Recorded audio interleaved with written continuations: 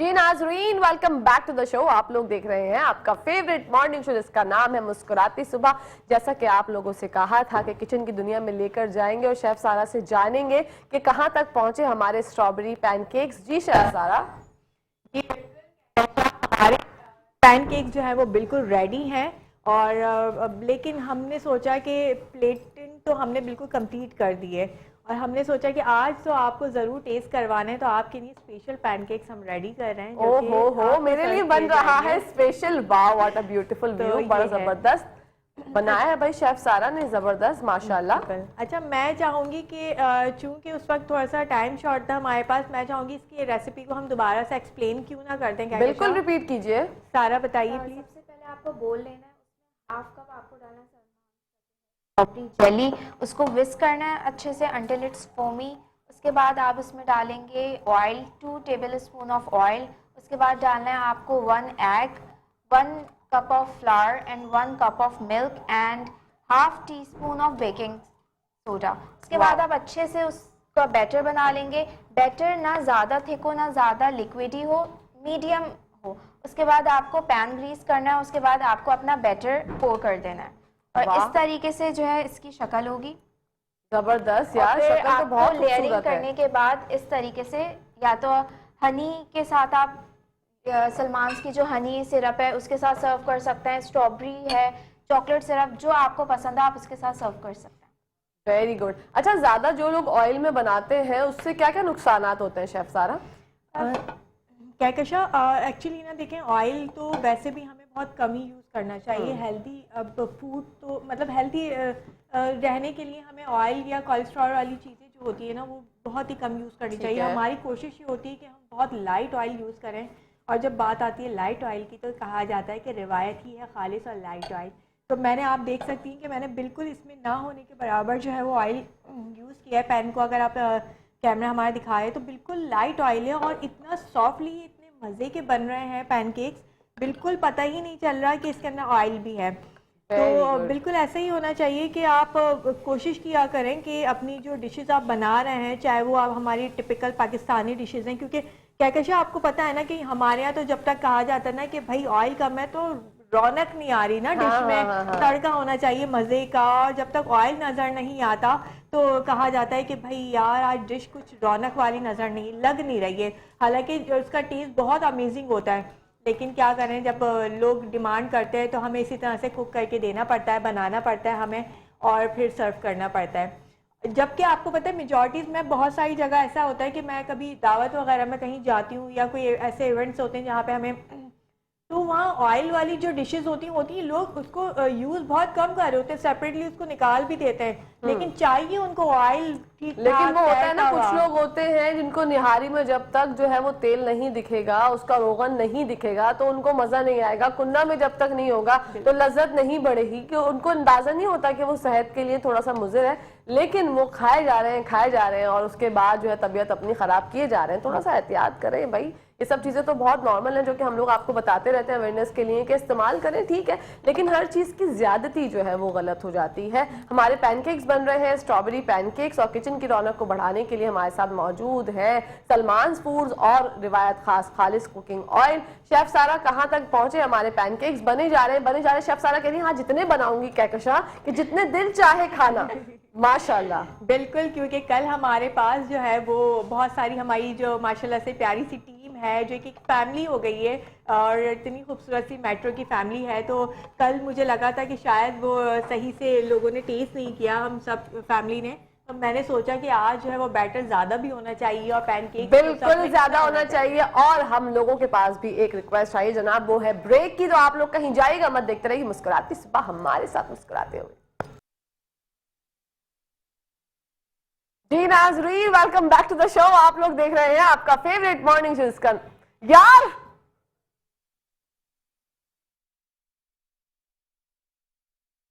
Welcome back to the show. आप लोग देख रहे हैं आपका फेवरेट मॉर्निंग शो जिसका नाम है मुस्कुराती सुबह। हम लोग जो है वो गप्पे लड़ा रहे थे, बातें कर रहे थे। शेफ सारा के पैनकेक्स कहाँ तक पहुंचे? शेफ सारा जरा बताइएगा। Almost done. यहाँ मैंने प्लेटिंग करके रख दी है और बाकी जो है मैं आपके सामने दिखा रही हूँ, इस तरीके से वो आएगा।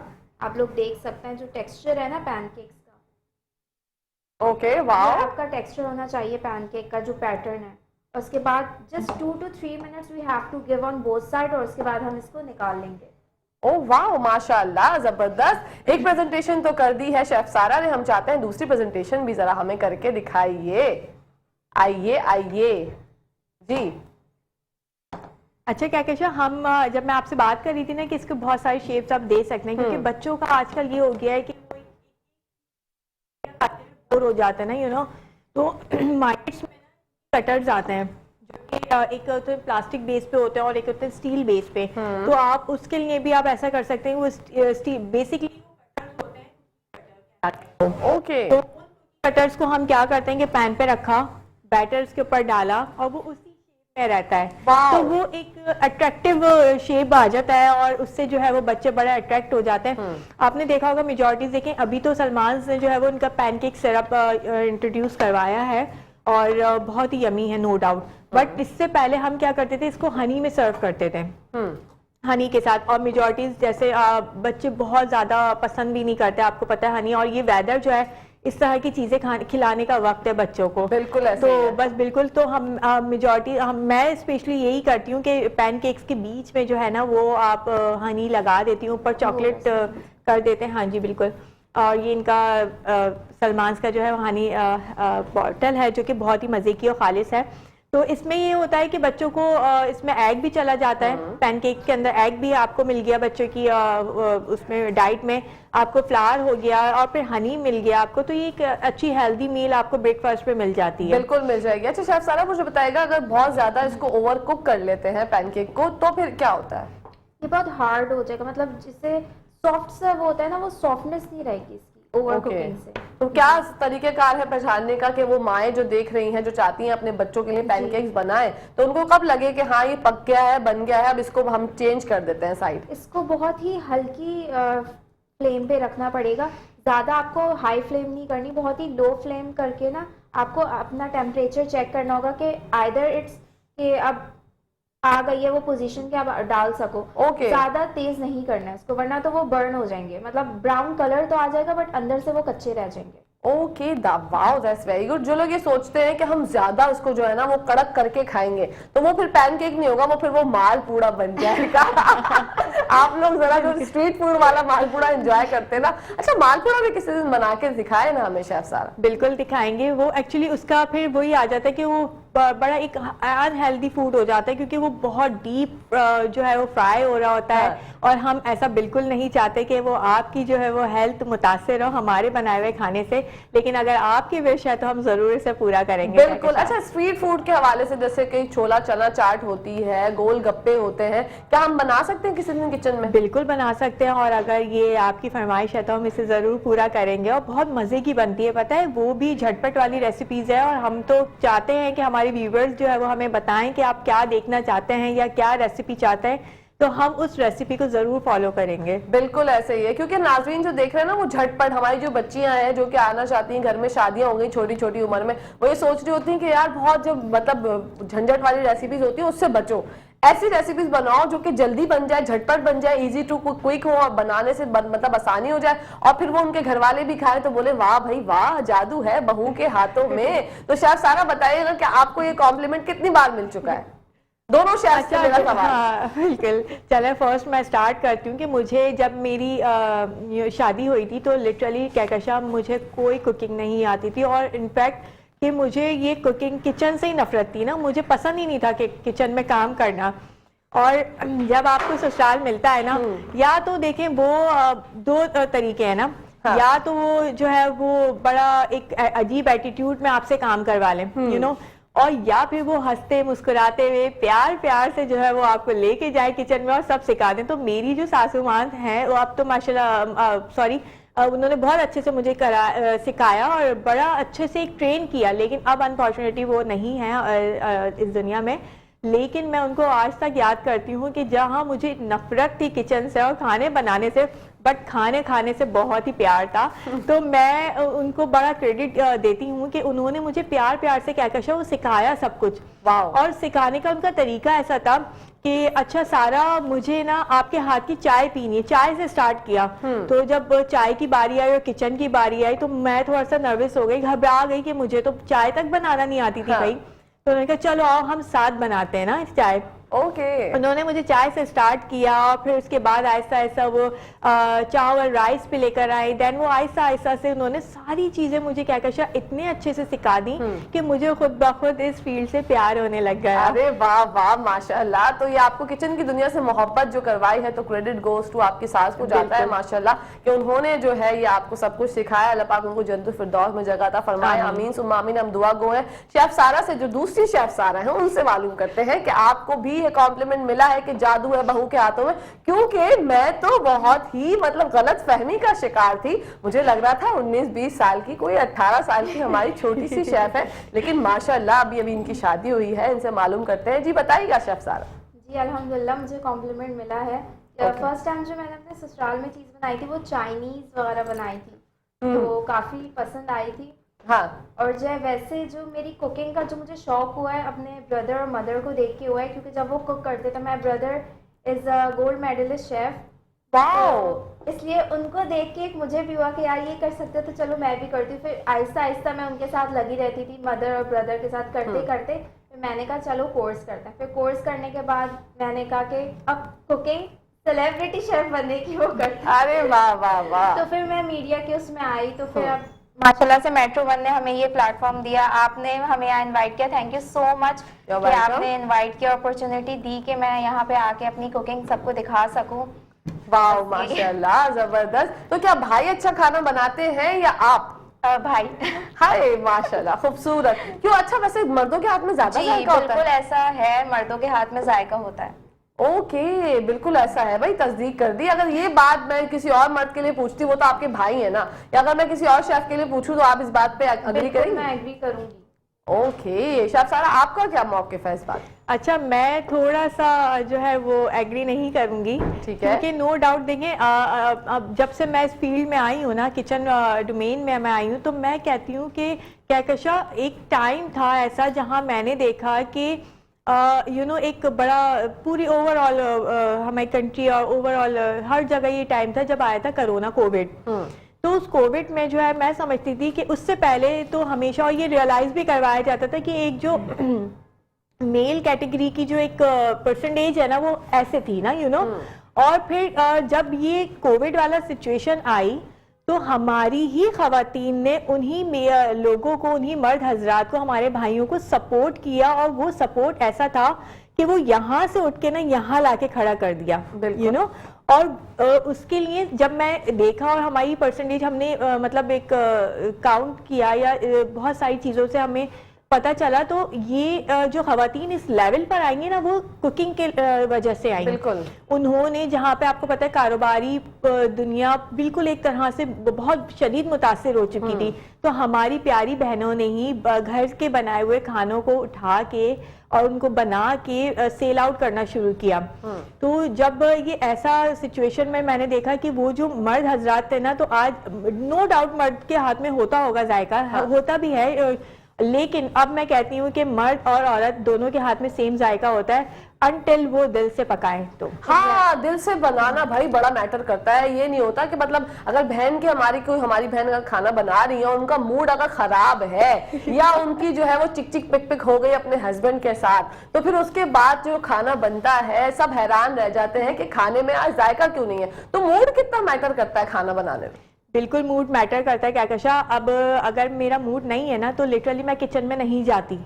आपका ना डिपेंड करता है कि वैसे भी अगर मैं ये कहूँ कि अगर अगर मेरी कोई फैमिली में कोई इशू हो गया है या मेजॉरिटी शायद इस बात से डिसएग्री करें कि भाई खाना तो बनाना है, काम तो हमें करना है, ड्यूटी तो हमें करनी है, लेकिन हम साइड में मूड को रखते हैं और जी चले जाते हैं। जैसे मेरे हस्बैंड है वो कहते हैं मैं अपना ऑफिस वर्क ऑफिस तक ही महदूद रखता हूँ, जब घर आता हूँ तो वो फैमिली टाइम होता है। मेरा थोड़ा सा अपोजिट है, मैं कहती हूँ नहीं, जब काम है तो वो काम है। और लेकिन किचन की जब बात आती है ना, मैं कहती हूँ बस काम, किचन में जब जाना है ना तो मेरा मूड अच्छा होगा तो ही मैंने बनाना है। अरे तो वाह, ये वाला सीन हो जाता है। बाकी शेफ सारा बताएंगे कि उनका इंडस्ट्री में ये होता है कि जब शेफ जा रहे होते वाह, हैं cooking करने के बहुत बहुत यहाँ पर टाइम खत्म हो गया हमारे किचन सेगमेंट का, पता ही नहीं चला। अपनी सहेलियों के साथ बहुत गप्पे लड़ाए। इंशाल्लाह शेफ सारा आपसे कल फिर मुलाकात होगी। थैंक यू सो मच, आज आपने हमें दूसरी वाली शेफ सारा इतने जबरदस्त किस्म के जो है वो स्ट्रॉबेरी के पैनकेक्स बनाना सिखाए। Thank you so much. इंशाल्लाह फिर मुलाकात होगी। यहाँ पर नाजरीन टाइम हो गया है, ब्रेक का टाइम है, या हम लोग आप लोगों से इजाजत लेंगे। अब बताएंगे हमारे अदील भाई, जो वो बताएंगे हम वो कर देंगे, हमें ब्रेक लेनी है। जी नाज़रीन, यहाँ पर ब्रेक का टाइम हो गया है, अदील भाई का ऑर्डर आ गया तो ऑर्डर फॉलो करते हैं, ब्रेक लेते हैं, कहीं जाएगा मत, देखते रहिए मुस्कुराती सुबह। नाज़रीन welcome back to the show. आप लोग देख रहे हैं आपका फेवरेट मॉर्निंग शो जिसका नाम है मुस्कुराती सुबह। जी हाँ जनाब, हमारे साथ मौजूद है हमारे नुमाइंदे हफीज अंसारी। उनसे जानते हैं महंगाई के हवाले से क्या ये महंगाई का जो भूत है इस पे किस तरह से काबू पाया जा सकता है, वो क्या समझते हैं, क्योंकि वो तो रिपोर्टिंग करते हैं, नुमाइंदे हमारे, उनसे जानते हैं उन्हीं की ज़बानी। अस्सलाम वालेकुम हफीज अंसारी, कैसे हैं आप? वालेकुम सलाम। क्या बिल्कुल ठीक ठाक है। अब इलेक्शन के बाद जो आपके सामने है, क्या चल रही है। इससे पहले महंगाई चल रही थी, बिजली चल रही थी, फिर गैस का ना होना, फिर पानी का ना होना। बस शहर कराची के ये मसाइल है जिसमें अवाम घिरे हुए हैं, और घिरे हुए अवाम के दरमियान जब हम आते हैं तो बड़े परेशान और मुश्किल का शिकार नजर आते हैं, मायूस नजर आते हैं। जी बिल्कुल। अच्छा, इलेक्शन आपने बताया बल्दियाती इंतखाबात के हवाले से आपने तो बहुत ज्यादा कवर किया, जरा बताइएगा अभी तक रिजल्ट आया तो नहीं है लेकिन कहीं कहीं चामागोइयां हो रही हैं, आखिरकार इलेक्शन हो ही गए, कुफर टूटा खुदा खुदा करके, क्या कहेंगे हफीज अंसारी? जी हाँ बिल्कुल। ये देखें, इलेक्शन क्या था, इलेक्शन से एक दिन पहले और एक रात तक ऐसा लग रहा था जैसे ईद के चांद की रिवायत होती है ना, ईद के चांद का लोग इंतजार कर रहे होते हैं, चांद नजर आएगा नहीं नजर आएगा। इसी तरह ये हो रहा था, इलेक्शन होगा नहीं होगा। और इस दौरान जो है मैं मुफ्ती को फोन किया था, जो अक्सर जो है रात के जो है चांद का ऐलान कर देते थे, और लोग जो है फिर मार्केटों बाजारों का रुख करते थे, अचानक बाजारों में रश नजर आता है। ऐसी सूरत हाल इससे इलेक्शन से कल भी नजर आई कि रात तक यही नहीं पता था इलेक्शन होंगे नहीं होंगे। फिर अचानक जो है ये कंफर्म हो जाता है कि हाँ जी इलेक्शन होंगे। तो वो हमला जो कि अब तक अपना सामान लेने पोलिंग स्टेशन नहीं पहुंच सका था, वो अचानक वहाँ पहुंचा, सामान लिया। पोलिंग स्टेशन पर ताखिर से पहुंचने के हमले की वजह भी यही थी। तो फिर आखिर इलेक्शन तो हुए, लेकिन जो बाइकाट का ऐलान, बाइकाट के ऐलान ने भी बड़ा असर दिखाया, और मौसम ठंडा जिस तरह था उसी तरह ये इलेक्शन भी सुबह से ही शाम तक ठंडा ही रहा। और पोलिंग स्टेशन पर हमने ये देखा कि कई घंटों में जो है 200-300 वोट जो है पड़ रहे थे, जो कि आखिर में हफीज अंसारी हमें बताइएगा कि वोटिंग का जो सिलसिला था, अवाम ने कितने जोशो खरोश से हिस्सा लिया या अवाम बिल्कुल भी नहीं दिखाई दी? अवाम तो देखे पहले ही वोट डालने से मायूस नजर आ रही थी। वो कहती थी हमारे वोट डालने से होता क्या है, जो रिजल्ट आता है वो तो आ ही जाता है। लेकिन यहाँ बाइकाट का असर भी यानी कि बड़ी हद तक देखने में आया। क्या उन इलाकों में जो आबादी में जहाँ लोग जो है वोट डालने के लिए निकलते हैं, वहाँ लोग जो है अपने घरों पे रहे, वोट कास्ट करने नहीं आए हैं। और पोलिंग स्टेशन जो है हमने देखा कि विराट का मतलब पेश करते नजर आ रहे थे। तो इस सूरत हाल के अंदर जो कुछ भी रिजल्ट बना वो तो सब जो है आपने देखा कि इस बल्दियात के इलेक्शन के अंदर कम कास्ट होने के बावजूद हमारा जो अंदाजा है 15 से 30% जो है रेशो होगा, जबकि इलेक्शन कमिश्नर सिंह सूबाई जो है उनका कहना यह है कि 25 से 30% जो है इलेक्शन कमीशन में जो है ये टर्नओवर रहा है। तो इस दौरान जो है अवाम का अदम दिलचस्पी के बावजूद, कम वोट कास्टिंग के बावजूद जो हमने ये देखा कि 24 घंटे भी गुजर गए, फिर उसके बाद जो है 24 घंटे और 26 घंटे भी हो गए, लेकिन इलेक्शन के नतीजे मुकम्मल नहीं हो पा रहे हैं। बिल्कुल। ये ताखीर किस वजह से हो रही है हफीज अंसारी, हमें बताइएगा ताखीर की वजह क्या है? तो देखें अपना जैसे कि ये हमने ये देखा कि इलेक्शन के अंदर ताखिर की वजह जो इलेक्शन कमिश्नर ने बताई थी वो ये बताई थी कि ये इलेक्शन के अंदर जैसे कि चेयरमैन का वोट डालते हैं लोग, फिर काउंसलर का वोट डालते हैं, फिर एक यूटी के अंदर वार्ड जो होते हैं 6 से 7, 8 वार्ड होते हैं, उन तमाम 6, 7, 8 का जो वोट होते हैं वो एक ही जगह काउंट किए जाते हैं यूटी के अंदर। तो ये वार्ड जो मुख्तलिफ मकामात पर होते हैं, उन मुख्तलिफ मकामात पर 6, 7 वार्ड से फिर वोट कास्ट जो हुए हैं उनको लेकर आना, उनकी गिनती एक जगह पर होना, तो यकीनन जो है एक उनका कहना था एक मुश्किल मरहला होता है। लेकिन हमने जो देखा वो कुछ मशीनरी की कार्रवाइयां उसके अंदर नजर आई हैं कि जो कि रात दिन जो है जारी रही है, और इस पर अदम इत्मीनान का इजहार भी जो है मुखालिफ जो सियासी जमातें थी उन्होंने किया है, जैसे कि जमात इस्लामी है, पाकिस्तान तहरीक इंसाफ है। तो जमात इस्लामी के हाफिज नईम रहमान का अभी भी यही कहना है कि 9 से 10 सीटें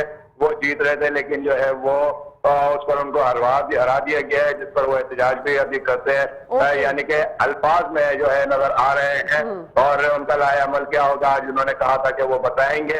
तो इस सूरत हाल के अंदर इलेक्शन भी हो गए हैं, नताइज भी आ गए, 135 हो गए, जैसे कि 93 जो सीटें हैं यूसी की पीपल्स पार्टी के पास है, 86 जो है जमात इस्लामी के पास है, 40 जो है पाकिस्तान तहरीक इंसाफ का है। अब ये तय होता है कि ये मेयर जो भी आएगा जमात का भी, उसको किसी न किसी सियासी जमात से इत्तेहाद करना पड़ेगा। एक जमात जो है मेयर डिप्टी मेयर नहीं ला सकेगी। जी ओके, मेयर किसी भी पार्टी का आए, लेकिन हम ये दुआ करते हैं कि हमारे कराची के लिए बेहतरी वाला मामला हो जाए, हमारी सड़कें बेहतर हो जाए, हमारी टूटी हुई सड़कें जो है जिससे हम लोग बदहाली का शिकार हो रहे हैं, हमारे भाई जो है बाइक पे घूमते हैं, हम लोग बहुत ज्यादा L4 L5 के मसले हम लोगों के साथ मरतब हो रहे हैं। तो क्या समझते हैं जो भी मेयर आएगा वो क्या बेहतरी कर सकेगा कराची वालों के लिए? हफीज अंसारी बताइएगा। देखें, सिंध हुकूमत है पाकिस्तान पीपल्स पार्टी की। अब जो इत्तेहाद नजर आता है अगर जमात इस्लामी और पाकिस्तान तहरीक इंसाफ का, तो वही सूरत हाल नजर आएगी। फिर एहतजाज हो रहा होगा, फिर धरने हो रहे होंगे। इन दोनों सियासी जमातों के हवाले से शोहरत भी ये एहतजाज और धरनों के हवाले पे रखते हैं। अभी इलेक्शन कराने के लिए एहतजाज ये कर रहे थे, अब जो एहतजाज और धरने ये देंगे, फिर इख्तियारात ना मिलने और फंड ना मिलने के हवाले से देंगे, जैसे कि वसीम अख्तर दिया करते थे। बहुत बहुत शुक्रिया आपका हफीज अंसारी साहब, हमारे मेट्रो के नुमाइंदे हमारे साथ मौजूद है, जिन्होंने हमें बताया। महंगाई पे भी बात की हमने और उस पर इलेक्शन पे भी बात की। अब देखते हैं जनाब क्या होगा, ऊंट किस करवट बैठता है। इसी बात के साथ अपनी होस्ट प्यारी सी सहेली कहकशां फैसल को इजाजत दीजिए। इंशाल्लाह जिंदगी रही तो आप लोगों से फिर मुलाकात होगी कल। जब तक के लिए और हमेशा के लिए पाकिस्तान जिंदाबाद, पाकिस्तान पाइंदाबाद, फी अमान अल्लाह हाफिज।